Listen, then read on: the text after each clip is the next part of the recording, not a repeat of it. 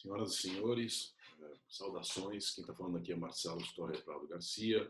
Eu sou presidente da Usina Eólica Marítima Asa Branca. Sou pioneiro no desenvolvimento de eólicas marítimas no Brasil desde 2001, né? Fundador da Eólica Brasil e também presidente da Associação Brasileira de Eólicas Marítimas.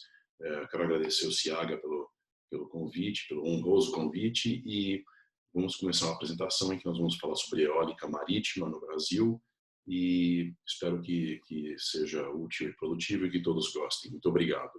Bom, vou fazer aqui o compartilhamento da minha tela e vamos começar.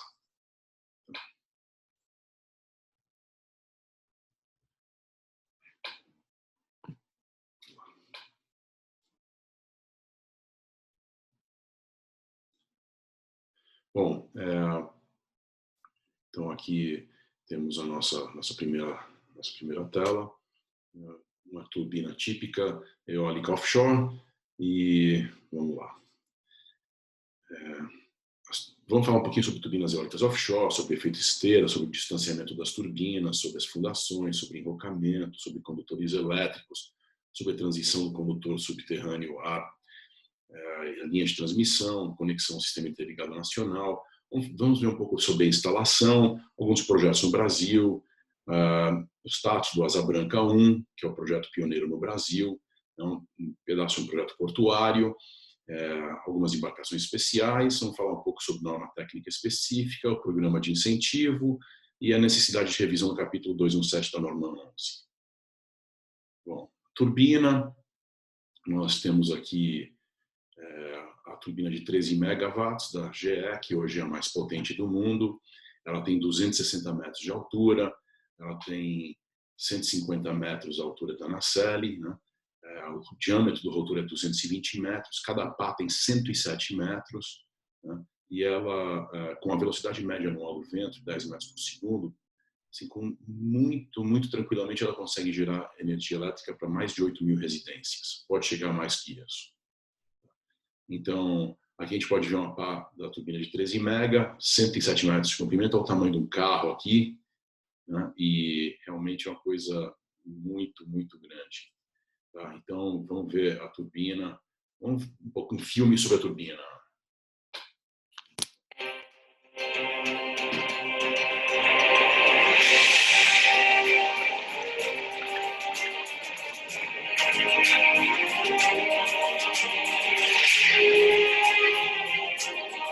Em volta das fundações, os peixes gostam de ficar com prato, de junto, uma cor de peixes, né? Essa turbina já tem 4, 5 anos de mercado. Esse filme é muito bom, porque mostra didaticamente as estruturas, é interessante. Ela não tem caixa de engrenagem, ela tem o mesmo eixo do rotor eólico, é o eixo do gerador, então é um gerador que eles chamam de gearless, direct drive, né? Funcionamento direto. Aí temos 3 andares na nacelle, né? Na nacelle que é o nome que nós temos na casa das máquinas, né? Onde fica o gerador, transformador, etc. E tem bastante facilidade para manutenção.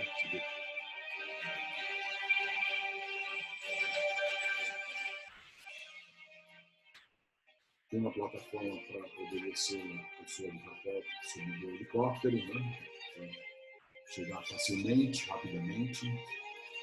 E essa é uma turbina de 6 megawatts. Hoje já temos uma turbina de 13 megawatts e a própria Siemens agora, com essa tecnologia, está desenvolvendo uma turbina de 15 megawatts. Então essa, olha, já era gigante, 154 metros de rotor. Agora nós estamos falando de 220 e a nova da Siemens é 222 metros. Aí as turbinas se conectam entre si e entre elas e a subestação por meio de condutores elétricos, nós vamos ver daqui a pouquinho, né? E aí formando um conjunto de turbinas que a gente chama de parque eólico e um conjunto de parques eólicos a gente chama de um complexo eólico marítimo. Né? Existe um motivo e uma regra técnica para se distanciar as turbinas que nós vamos ver daqui a pouco. E então já tem uma boa noção inicial aí. Vamos lá.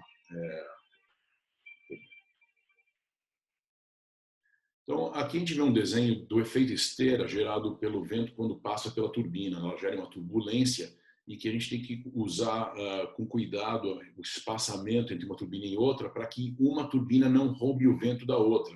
Ou seja, que uma turbina não reduza a energia que a outra geraria se ela tivesse mais distanciada. Mesma coisa que numa regata, quando a gente está navegando, vem alguém abalar vento da gente, acabou, roubou o nosso vento, ele vai mais rápido que a gente e a gente perde a velocidade. A mesma coisa acontece com turbina eólica. Então vamos lá, vamos ver na prática o que acontece quando se junta uma muito próximo da outra.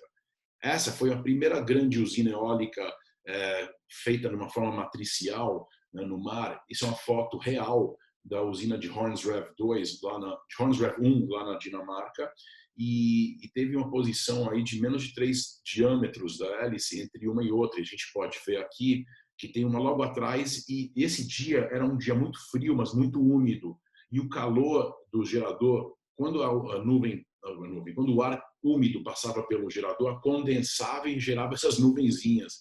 Então, isso virou um laboratório vivo, né, que a gente consegue ver, que a gente chama de wake effect, ou em português, efeito esteira. Né? Então, aqui uma reduziu o vento da outra, então essa aqui de trás gerou muito menos do que essa da frente. Então, estudos passaram a ser feitos, novas modelagens passaram a ser usadas para se atingir um novo posicionamento, um novo distanciamento. No nosso caso, aqui a gente está falando do nosso projeto, que é aqui no Ceará, e que na frente de moitas, em Caraizinho de Amontada. Então, aqui, cada pontinho amarelo desse tem 108 metros de diâmetro. Né? A área de restrição à navegação, cada pontinho desse para uma turbina, vai ser instalada uma plataforma e sobre a plataforma instala-se a turbina. Então, tem uma distância de 1,5 km de uma turbina para outra e de 3 quilômetros de uma linha de turbinas para outra linha de turbinas. Né? Ou seja, e aqui nós estamos falando de uma profundidade muito rasa, né, que é menos de 10 metros de profundidade, uma boa parte aqui, e não tem navegação de grandes navios. O que tem aqui são pequenas jangadas, traineiras, barcos de pesca de pequeno porte. Tá? Então, aqui a gente vê aquele mesmo distanciamento agora em 3D, né, com 1,5 km de distância de uma turbina para outra. Elas têm, repito, 220 metros de diâmetro, de hélice, 260 metros de altura para ponta mais alta. Né? Então, e agora vamos falar aqui um pouco das fundações. Aqui é uma fundação, uma jaqueta com 3 tubulões que são ocos e que por cima deles tem uma válvula por onde se conecta um tubo conectado por sua vez a uma bomba que vai tirar a água de dentro, porque imagina baldes virados de cabeça para baixo, que a gente chama de balde de sucção. Então, ao tocar o fundo do mar, esses baldes aqui, as bombas retiram a água de dentro delas e a própria pressão que acaba formando faz com que esses baldes finquem no solo. Isso é para solos arenosos. Né? Então, até essa altura onde tem essa divisão do cor de ferro para o amarelo, vai fincar até essa parte de ferro e depois enche-se de concreto essa parte por dentro, amarela aqui. Tá? Então, vamos lá. Então, dependendo da profundidade do tipo de solo, tem diferentes tipos de fundações. A mais comum utilizada hoje é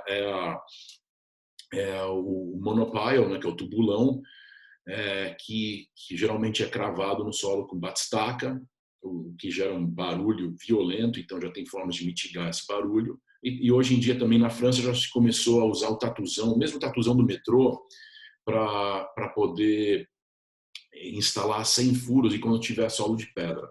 Aqui, para instalar o tubulão, fincar na areia, precisa de pelo menos 35, 40 metros de lâmina de areia no solo marinho. E lá no Ceará não tem, então não dá para a gente fazer isso.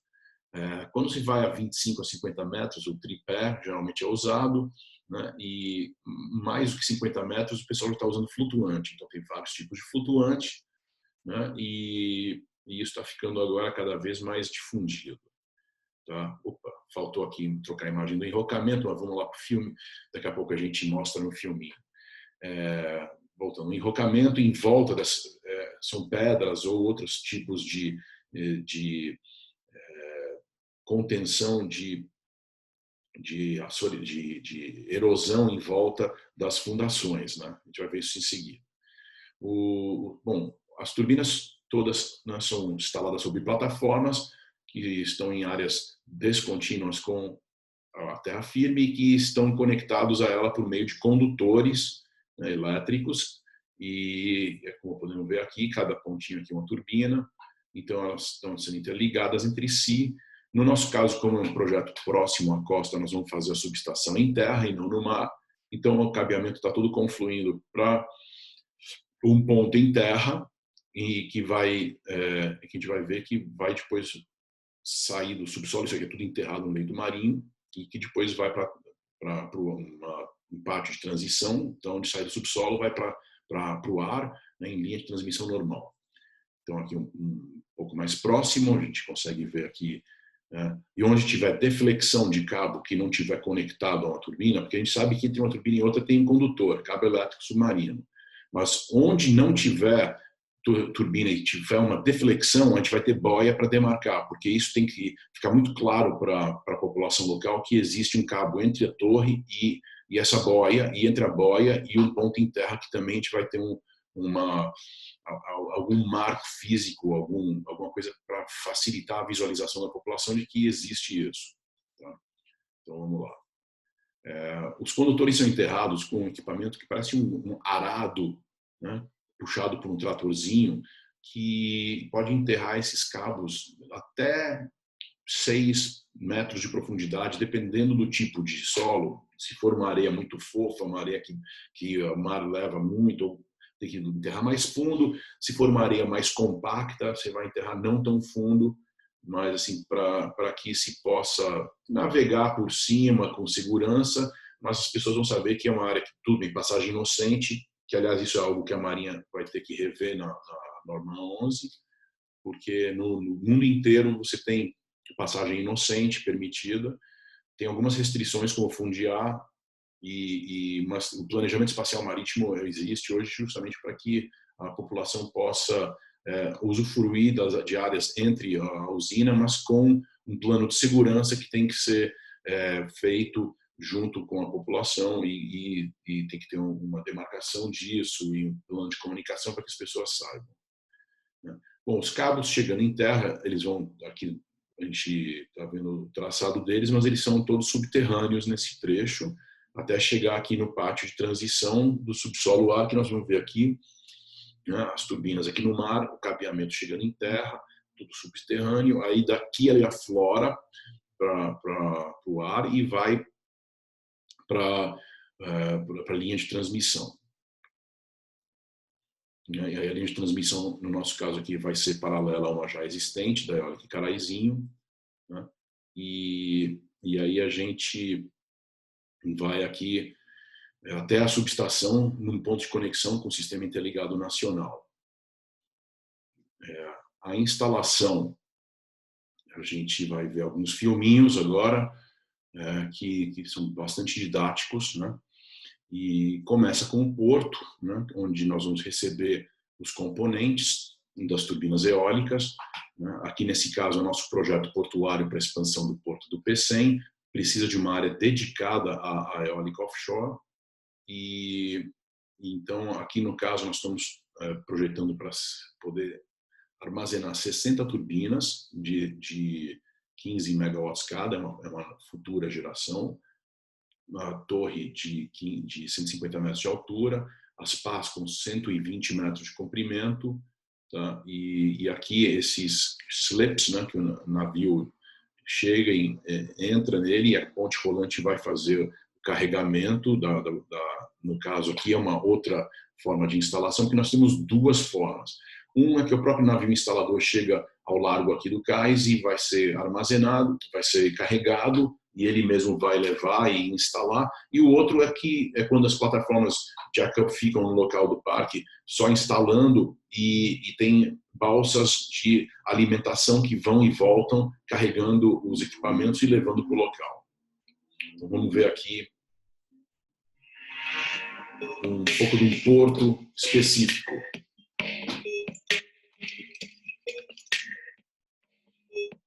Isso é na Irlanda, essas são turbinas de 8 mega, as de 80 metros, repetindo, hoje nós já temos 107, metros de comprimento.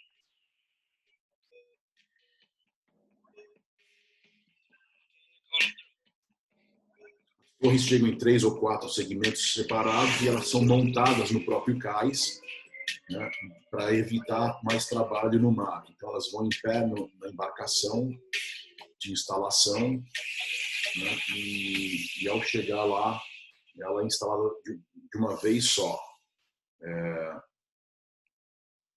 Aqui, então, vamos ver o carregamento de um navio instalador. Opa, voltando aqui.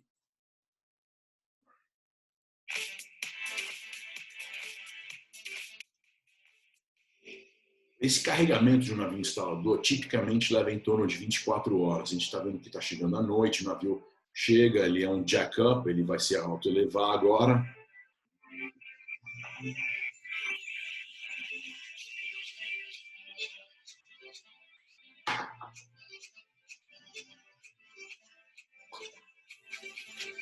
Então, esse carregamento vai sendo feito, ó, vai amanhecendo, continua, ele chegou à noite, vai passar o dia carregando, né, até que ele esteja totalmente carregado para poder zarpar. Vamos ver aí. Ele chegou à noite, amanheceu, está entardecendo. Essas são as peças de transição, são as plataformas sobre as quais são instaladas as turbinas. Essa plataforma é instalada sobre o tubulão ou a fundação e ela tem flanges nas quais vão ser aparafusadas as torres. Essa é a plataforma. Chama de transition piece, peça de transição. Então, ela peça de transição entre mar e o ar. Fundação tubulão ou outro tipo e a torre. Tem todo um equipamento especial para fazer o carregamento, né, e os vigas pescadoras, enfim. Aqui um tubulão, ele tipicamente para essa família, para essa tecnologia atual, para essa tecnologia atual, tem 8 metros de diâmetro, tá? E em torno de 60, 70 metros de comprimento, pesa em torno de 1.000 toneladas. É aço, chapa grossa de aço com em torno de 100, 120 milímetros de espessura. Tá? E esse tipo é cravado no solo. Né? Então a gente vê aí detalhes, aí, a viga pescadora, a forma de armazenar no navio. Tem aqui esse rack, dá para colocar um tubulão desse em cima do outro, ou seja, é bastante otimizado o espaço no deck do navio, né? E pronto, chegou a noite, passou o dia todo, agora à noite de novo, terminou, vai zarpar, ou seja, levou em torno de 24 horas, aí a gente consegue demonstrar isso. Tá? Vamos para o próximo aqui. Tá? Então, carregamos já o navio instalador. Vamos lá. Agora vamos lá, ele vai posicionar o navio.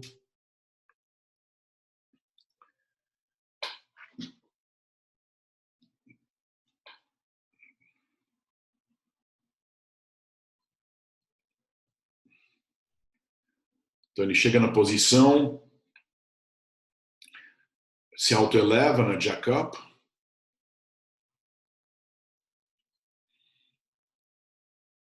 Se autoelevou, aí depois ele vai posicionar, tem aqui a ferramenta que posiciona o tubulão verticalmente, né?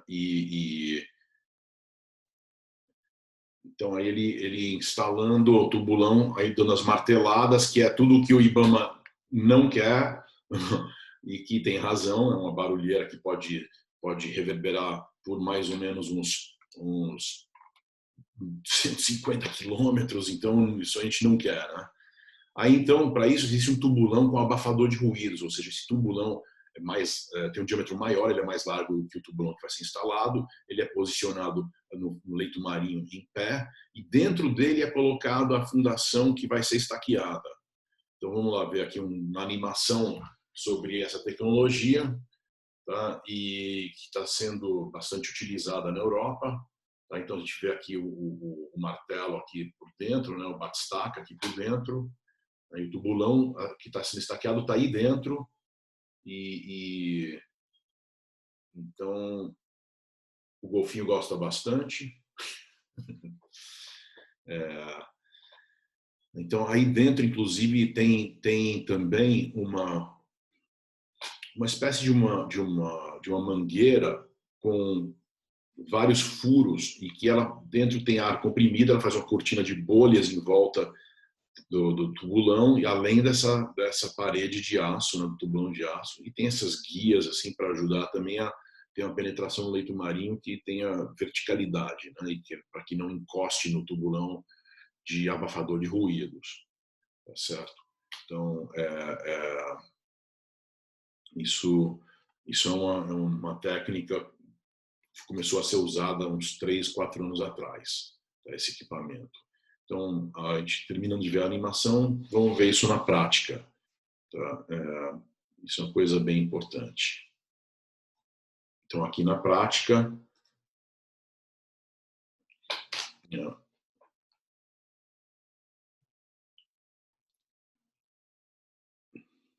então, é o sistema de mitigação de barulho. Né? Tá? Então, o primeiro passo é baixar o sistema, o tubulão, né, o abafador de ruídos. Esse tubulão pesa 700 toneladas e tem 60 metros de altura. Vamos posicionar o martelo hidráulico.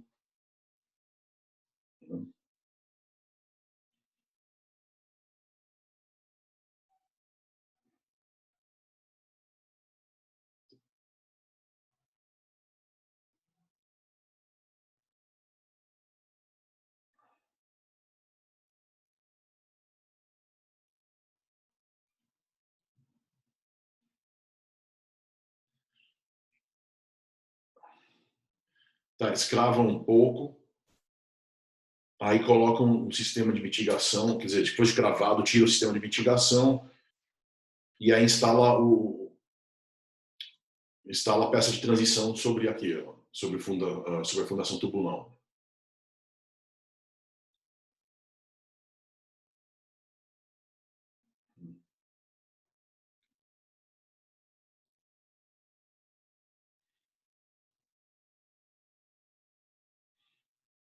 Aí posicionando a peça de transição sobre a fundação tubulão.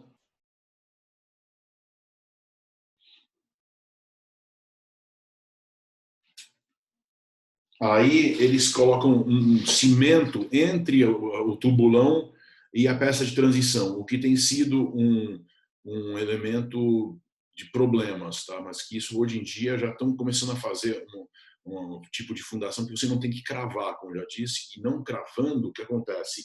Você não você permite colocar uma flange sobre essa fundação tubulão e aí colocando essa flange você parafusa, então não tem problema de perder a geometria, porque quando você bate, você vai amassar um pouco, então não pode bater sobre uma flange, né? Então aí tem que cimentar.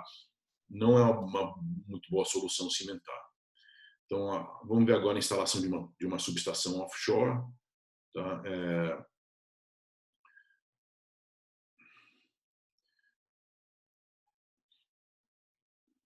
Ela vai ser instalada sobre uma fundação do tipo jaqueta, como a gente pode ver aí.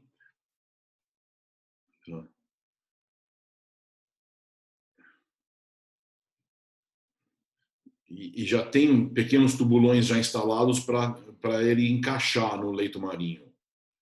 Né?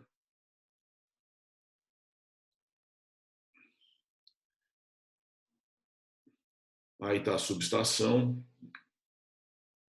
São transformadores, né? Essa subestação recebe os cabos alimentadores das turbinas eólicas e ele junta toda a energia num ponto só, eleva a tensão, nesse caso, normalmente é 33 mil volts ou ou 69 mil volts nos cabos internos do parque que chegam a essa subestação, que eleva dessa voltagem para geralmente 230 mil volts ou 138 mil volts, e aí sai um cabo, um tripolar muito parrudo que chega a ter um peso de em torno de 80 quilos por metro. Tá? Aí, esse cabo, que pode chegar a 80 quilos por metro, a gente está vendo ele aqui, ele é o que chega em terra, né? Então a gente precisa fazer esse enterramento, e aí é o arado que enterra esse cabo, né? O condutor elétrico, né? E ele é puxado, ou às vezes ele tem a própria propulsão dele, como um tratorzinho. Nesse caso é diferente, ele é puxado pela embarcação, né? Então ele consegue enfiar no leito marinho até 6 metros de profundidade. Tá? Então, aí, um pouco diferente são os condutores internos do parque, que nesse caso aqui, vamos dar uma olhada no que eles chamam de inter-array cable, que são os cabos internos, né, do parque. Então, nesse caso aqui, é de 33 kV, numa parque eólico na Alemanha. Aí você vê as fundações instaladas, né, as plataformas, só aguardando as torres, porque, no caso, para se instalar uma turbina eólica, precisa já estar a fundação e a plataforma já tem que estar conectada, tem que estar energizada, porque daqui a pouquinho nós vamos ver que para instalar as pás já tem que ter uma energia elétrica para girar o rotor para instalar uma por uma, e também para fazer testes, etc. Então, o cabeamento vem depois da instalação das fundações e das plataformas e antes da instalação das torres e das turbinas. Tá? Então, esse aqui é um tensionador, ele vai puxando com cuidado para não romper o cabo, né? E todo esse equipamento especial, que para os senhores não deve ser novidade. Aqui nós temos aqui um barco de transferência de pessoal, que é o Crew Transfer Vessel, CTV, né? De alta velocidade, e ele tem esse sistema de conexão à plataforma, que tem, e aqui o navio de instalação de cabos, né? Ele tem o carretelzão, que geralmente vai até 10 mil toneladas de cabos, né?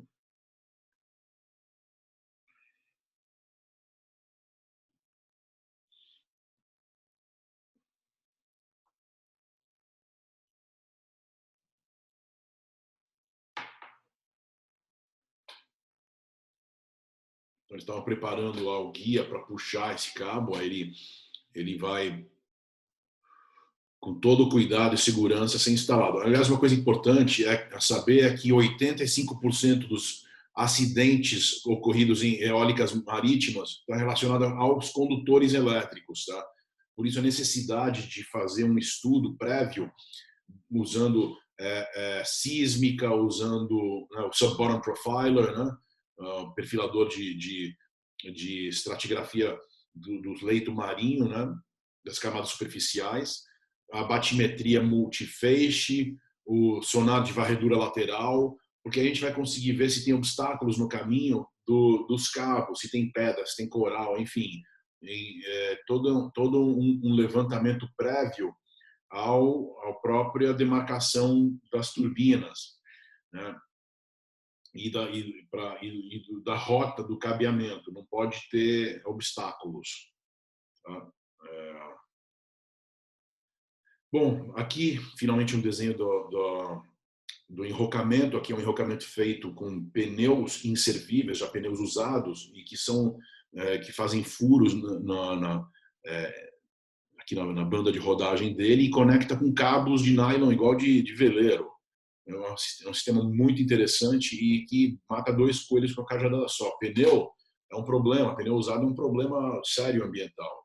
E no caso, por causa do perfil do pneu, que é assim, né? Você tem a banda de rodagem aqui, ele não é assim, ele é dessa forma, então a areia quando entra fica represada. Então, quando teve muito problema em areia fofa, que o pessoal colocou pedra em volta das fundações, e a pedra, por ser mais densa que a areia, ela afundava. Então, acabava a própria pedra criando um problema de erosão que era usada justamente para fazer o contrário. Então, eles viram que o pneu, por ser menos denso do que a areia, ele não afunda e, por causa desse formato dele, ele aprisiona a areia e, com o tempo, ele vai ficando coberto e não deixa haver uma erosão em volta.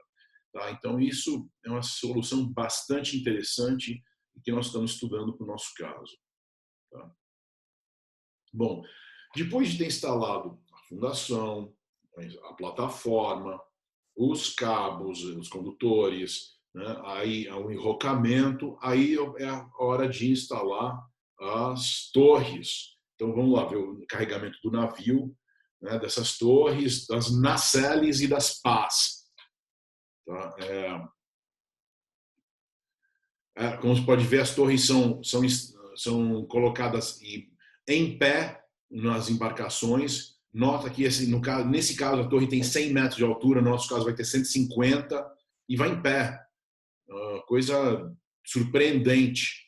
Né? Então, na mesma embarcação, nós estamos levando quatro componentes, 4 turbinas completas. Mas nas de 15 mega vão entre 2 ou 3, não mais que isso, porque não cabe. Então, vamos instalar a torre sobre a plataforma aqui.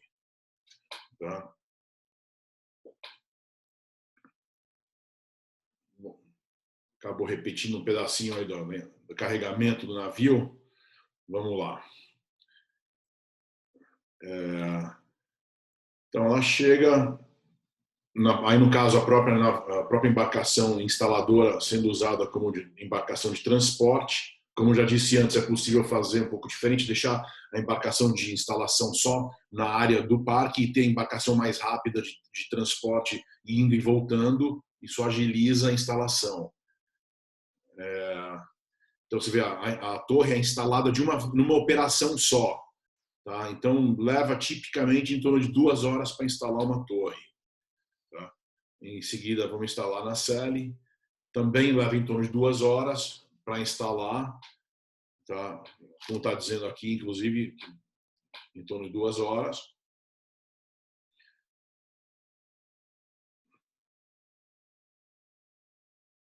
Então, não precisa usar cordas, né, cabos para posicionar, porque a ferramenta tem bastante flexibilidade e maleabilidade no movimento dela. Tá? Então, agora vamos ver a instalação das pás, né, que também você tem toda uma movimentação nesse equipamento de instalação das pás. Vamos lá.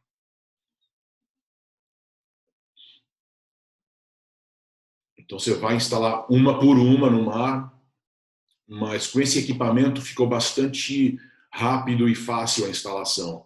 Claro que dificulta um pouco se tiver uma época de vento forte, por isso a gente evita instalar em épocas de vento forte. Você tem o que eles chamam de weather window, né, que é a janela meteorológica de instalação, né, que são os ventos mais fracos e as ondas menores, e geralmente em época chuvosa lá no Nordeste. Né?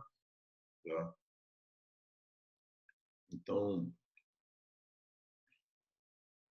Então, a turbina completa consegue instalar com segurança em um dia.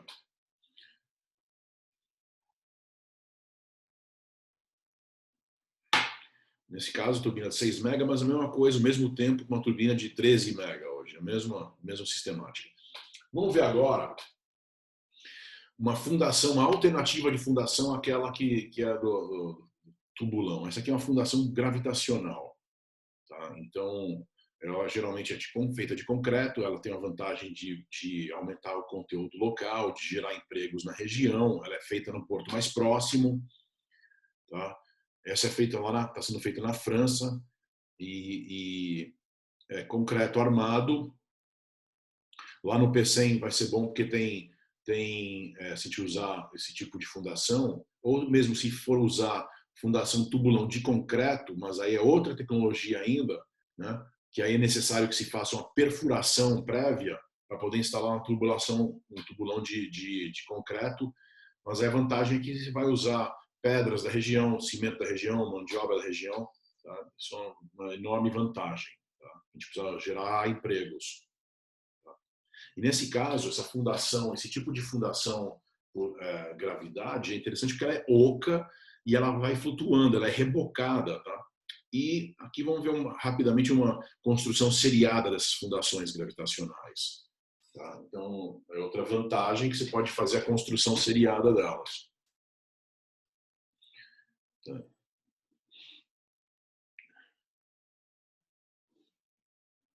Então, nesse caso, eles não têm a rampa de lançamento aí, como eles mostraram, mas então precisa de um guindaste para fazer o lançamento dela para o mar. Isso aqui é uma torre de medição atmosférica, que tem os anemômetros, biruta, termômetro, higrômetro, barômetro, tá? E aí já está sendo rebocada para o seu local de instalação. Tá? Então, vamos ver o reboque até o local de instalação. Geralmente são usados são usados 3 rebocadores na hora de posicionar essa fundação, né? Vão a cada um a 120 graus, né? O símbolo, o logotipo da Mercedes, né? Bem certinho, 120 graus cada lado. E você consegue posicionar exatamente no local certo que precisa ser colocado. Né? Então, esse tipo de instalação requer um preparo prévio do leito marinho, né, que precisa aplainar e fazer uma cama de pedrisco, né, e depois com pedra um pouco maior por cima, que vai ter mais ou menos meio metro de altura. Então, para baixar essa fundação, você tem que encher ela d'água, ela vai baixando, né, mas ela não vai ficar com água lá no fundo, não. Tem que ser colocado um material muito mais pesado, muito mais denso lá dentro. Tá? Então, vamos ver aqui. No começo, o pessoal usava areia, mas hoje eles estão usando pepitas, limalha de ferro, que tem uma densidade de... O aço é 7,85, o ferro é muito perto disso, né? Enquanto que a água, a densidade é 1. Então, fica bastante seguro você usar limalha ou pepita de ferro dentro da fundação. Você pode ver que eles estão enchendo ela aqui, ó. Porque aí fica garantido que o mar não vai, que a correnteza e as ondas não vão levar isso embora, nem mexer. Depois disso, nessa fundação de gravidade, tem que colocar enrocamento de pedra em volta. Então, vamos dar uma olhadinha, ver o sistema de instalação. Esse é o navio que instala a pedra. Geralmente é uma draga e que você pode também usar, né, reversamente para jogar pedra, carregar pedra e jogar pedra, com esse equipamento especial. Bom, depois de ter feito toda essa instalação, nós vamos ver que as turbinas são todas interconectadas na subestação marinha. No nosso caso, não vai ser marítima, vai ser terrestre. Né? E aí os cabos de exportação até chegar em terra. Né? Então, vamos lá. Depois de toda essa operação de instalação, aí já está tudo energizado, né?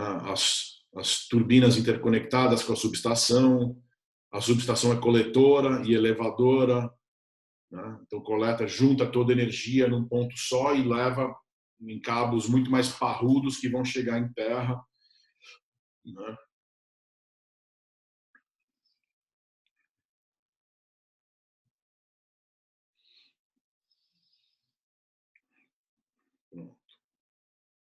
Bom, agora vamos falar um pouquinho sobre onde estão os projetos no Brasil. Como todos sabem, o Brasil tem 3 costas, né? Costa Norte, Costa Leste e Costa Sul, e já existem projetos nessas 3 costas.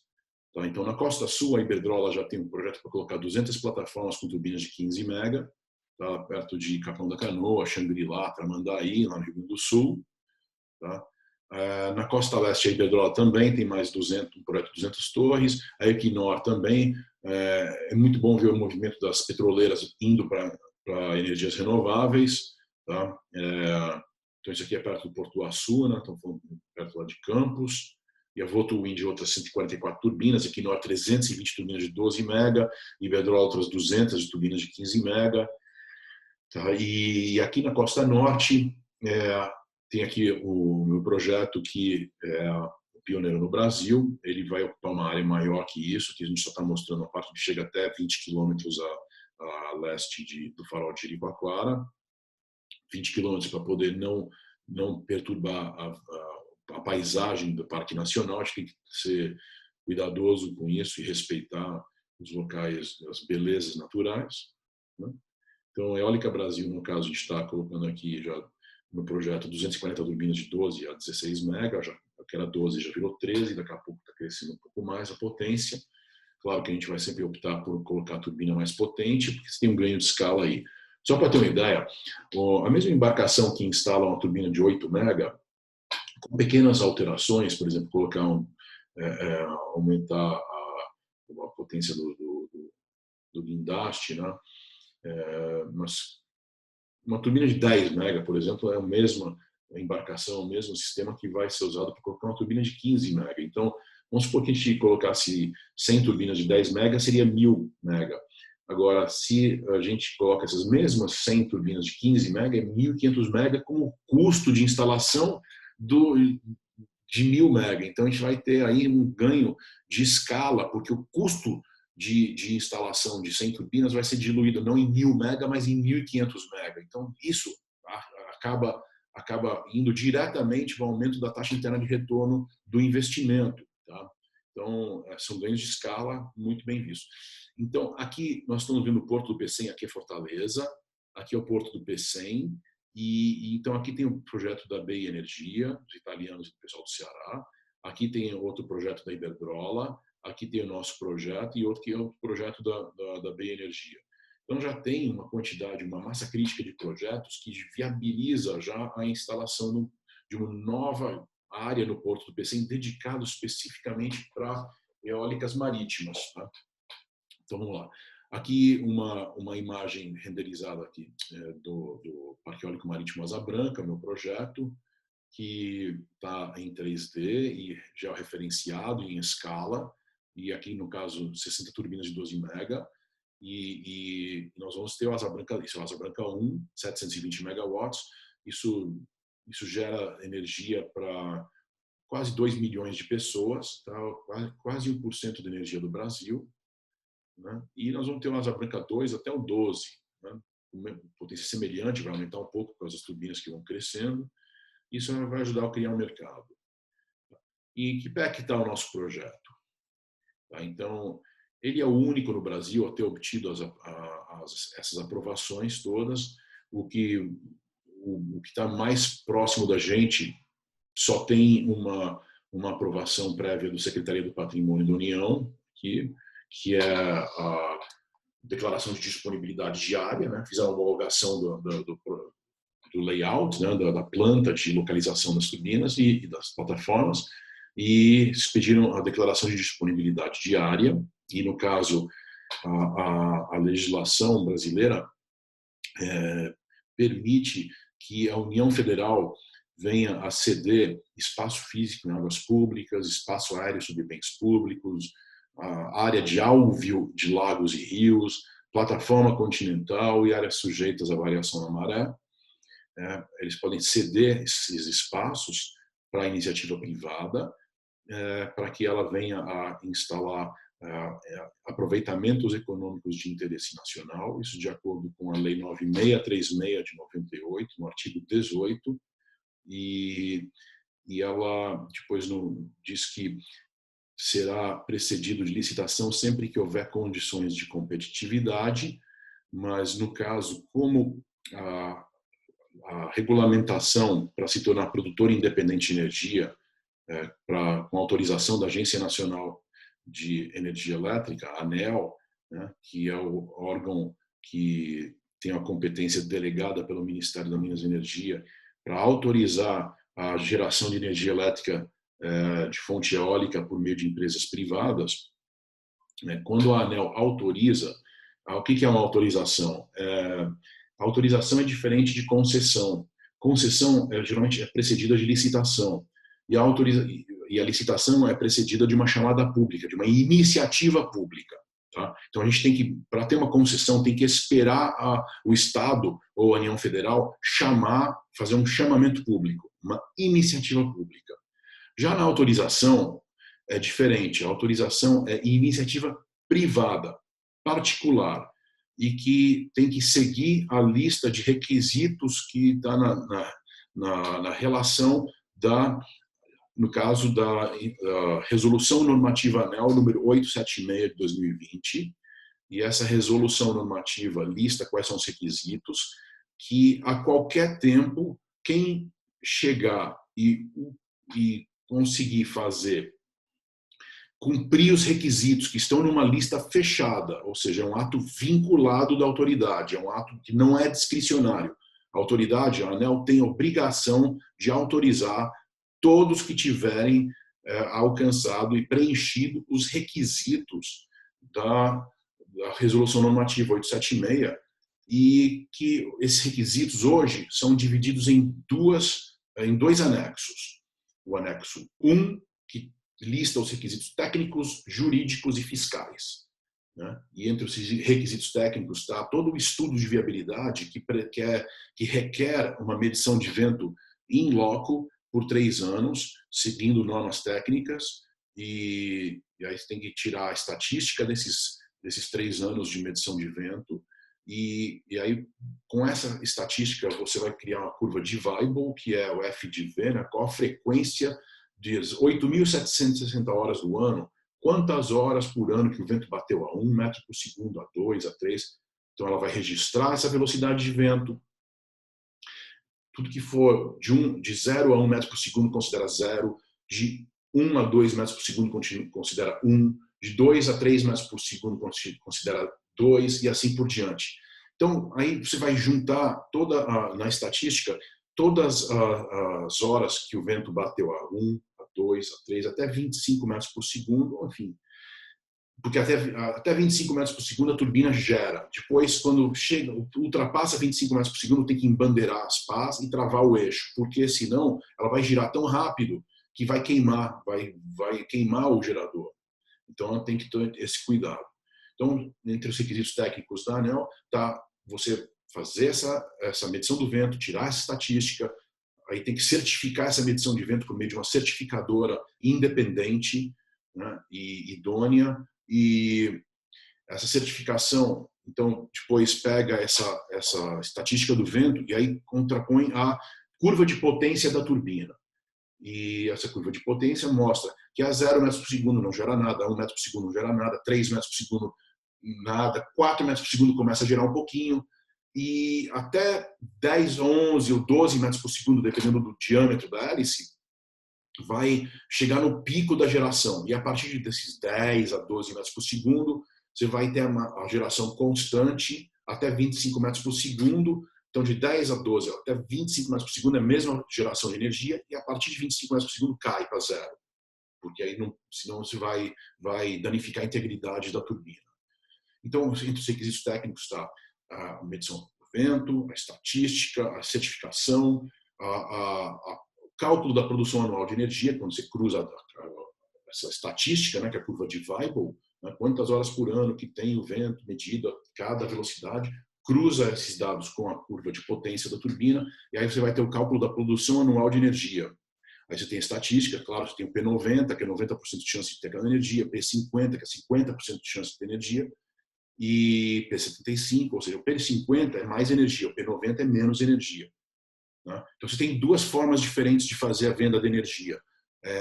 Ou por quantidade, e aí você tem uma responsabilidade de entregar aquela quantidade, o que é uma coisa complicada, porque você está tratando de vento e você não é certeza que ele vai bater aquela velocidade sempre, né? Mas você sabe que na época seca, geralmente de julho até novembro, ela gera muito, porque o vento é muito rápido, né?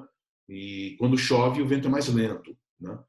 E a geração de energia elétrica de fonte eólica é um fator cúbico da velocidade do vento e um fator ao quadrado do diâmetro da hélice. Ou seja, se o vento aumenta 20% na velocidade dele, vai aumentar 80% a energia gerada. Tá?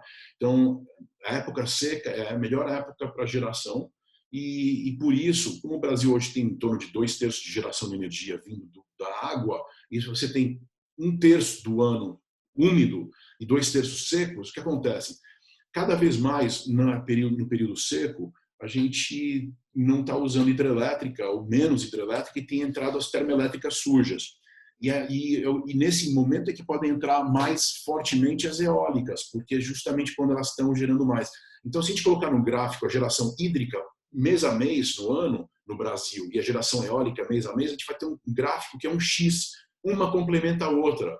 Então, quando tem menos geração eólica, tem mais hídrica, e quando tem menos hídrica, tem mais eólica. Então, dá para fazer um sistema hidroeólico no Brasil, né? Claro, com as outras fontes também complementando, mas sistematicamente é possível fazer a geração eólica guardar a água nos reservatórios das hidrelétricas, e isso equivale a uma bateria. Então, quando a Dilma falou em estocar o vento, na verdade, você não vai estocar o vento, mas você estoca energia como água no reservatório, porque está todo mundo conectado ao Sistema Interligado Nacional, e quando você vai se conectar ao Sistema Interligado Nacional, você tem que assinar um contrato com o Operador Nacional do Sistema Elétrico, pelo qual você você vai se submeter ao comando do ONS. Então, o que acontece? No caso, eólica, ninguém comanda, porque o vento não é comandável. Então, ele tem uma prioridade no despacho. Entrou o vento, o Operador Nacional do Sistema vai falar: desliga as termoelétricas, que ele vai mandar desligar as mais caras para as mais baratas, né? Se está entrando vento, ele tem que desligar a termoelétrica. E aí vamos supor que tem um monte de vento batendo, um monte de eólica batendo, pô, acabaram as termoelétricas, nenhuma está ligada, bateu mais vento, tem mais eólica, está começando a sobrar energia, o Operador Nacional fala: hidrelétrica, fecha as comportas, está batendo vento. Então, o Brasil, realmente, Deus é brasileiro, a gente tem esse sistema, a possibilidade de um sistema hidroeólico, e, enfim, voltando aqui, então a gente cumpriu os requisitos técnicos, que são os requisitos produção de energia, medição do vento, a certificação, aí tem a planta das turbinas, a disposição delas, aí também tem a verificação para determinar se a gente está ou não objetivamente interferindo em algum outro parque eólico construído ou em construção, ou com a DRO emitida, né, que é o despacho de recebimento e requerimento de outorga, que significa que cumpriu o anexo 1, os requisitos técnicos, jurídicos e fiscais. No caso, no mar, o requisito jurídico é a empresa tem que mostrar o contrato social ou estatuto, quem é que é o responsável pela empresa, e em relação ao direito de uso do mar, tem que levar a declaração de disponibilidade diária, que é emitida pela Secretaria do Patrimônio da União. E os requisitos fiscais são as certidões negativas de débito em todos os níveis da federação. Bom, nós obtivemos isso, e aí fomos à Força Aérea Brasileira, conseguimos mostrar que não há interferência aeroportuária, que a gente está mais longe do que 16 quilômetros de qualquer cabeceira, de qualquer aeroporto. Então, o 2º Comando Aéreo Regional deu nada ao opor, depois de ouvir o SERENG, que é o Serviço de Engenharia da Aeronáutica, a ANAC deu ok. Fomos na Capitania dos Portos do Ceará, que mandou para o comando do 3º Distrito Naval. Opa, vamos voltando aqui. Fomos para o comando do 3º Distrito Naval, que mandou para a Diretoria de Hidrografia e Navegação, mandou para o Centro de Hidrografia da Marinha, né? A gente teve que fazer, na carta náutica, mostrar a posição certa das turbinas e dos condutores, né? Fazer a lista dos condutores, do latitude e longitude, né? Do começo do chicote de cada cabo, né? E aí depois foi para o Camerê, para ele verificar se tem algum problema com algum farol, né? E também eles determinaram qual que é o tipo de balizamento que tem que ser feito, né? Que a gente tem que seguir o rito da norma 17, né? E aí depois voltou para o DHN, subiu para o Capitania dos Portos, que deu nada ao opor, né? Aí nós fomos para a Agência Nacional de Transportes Aquaviários, que disse que não é competência dela, passou para a Secretaria dos Portos, que deu nada a opor. Aí nós fomos na Agência Nacional do Petróleo, disseram também que não tem nada a opor, mesmo porque não tem perfuração em águas rasas, nós estamos em águas ultra rasas, eles têm águas ultra profundas. mas disseram que mesmo que venha a ter alguma alteração na lei, é possível fazer o consorciamento de eólica marítima com poço de petróleo, e inclusive existe a usina eólica marítima de Beatrice, na Bélgica, que foi justamente construído para energizar poços de petróleo. Tá? Hoje em dia nós estamos na FUNAI, desculpa, no IBAMA, e que emitiu um termo de referência. Para emitir esse termo de referência, ele teve que ouvir a FUNAI, o Instituto Chico Mendes, Fundação Cultural Palmares e o IFAM. O IFAM referente a patrimônio histórico, arquitetônico e arqueológico, e que eles determinaram que a gente tem que fazer um levantamento hidrográfico usando o side scan sonar, né, o sonar de varredura lateral, para determinar se tem casco sobrado ou outros artigos de interesse arqueológico ou histórico. Isso se a gente não tiver demarcado qualquer coisa do gênero na carta náutica, geralmente tem, mas tem que ver qual que é a idade dessa carta náutica, quando que ela foi a última revisão dela. De qualquer forma, nós vamos passar isso mesmo que é necessário para a gente, para a própria engenharia.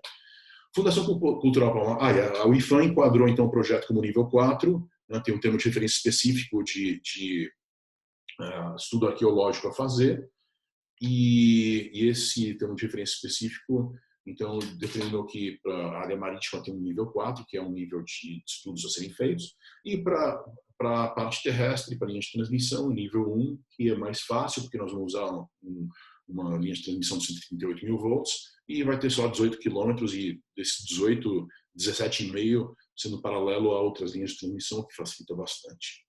A Fundação Cultural Palmares verifica se qualquer estrutura do projeto está passando dentro de algum quilombo ou no seu entorno. Né? E para esses 4 órgãos, que a gente chama de órgãos intervenientes, existe a portaria interministerial número 60, que determina também objetivamente quando é que esses órgãos vão ter que participar ou não poderão participar.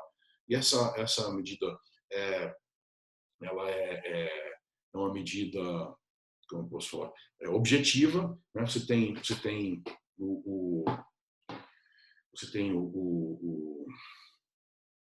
como é que fala? Você tem. Eu vou ter que pausar porque tem uma outra apresentação agora e vou voltar daqui a pouco. Bom, eu acho que eu vou terminar aqui. O Complexo Eólico Marítimo Asa Branca, que ela está conduzindo um processo de avaliação ambiental e impacto no planejamento espacial para viabilizar a piscicultura. Ela vai demandar 200 km de condutores, né? Ela vai ser completada em 2025, vai poder fornecer energia para o projeto de integração de São Francisco. Né? E sobre o mercado aqui, a gente acabou a era das grandes hidrelétricas, tá? Então, hoje, para a gente instalar as eólicas, vai ser necessária a instalação de portos, né? E, finalmente, a gente precisa de um programa de incentivo, né? E esse programa de incentivo vai viabilizar, a gente precisa de todos esses pontos para poder acelerar a instalação das eólicas no mar. E eu quero agradecer ao CIAGA, ao professor José Barbosa Silva Filho. Muito obrigado aí pela oportunidade. Tá? E vamos lá. Tá? Nós vamos herdar um mundo que os nossos filhos vão herdar um mundo que nós vamos regar, então a gente tem que cuidar bem dele. Tá? Muito obrigado.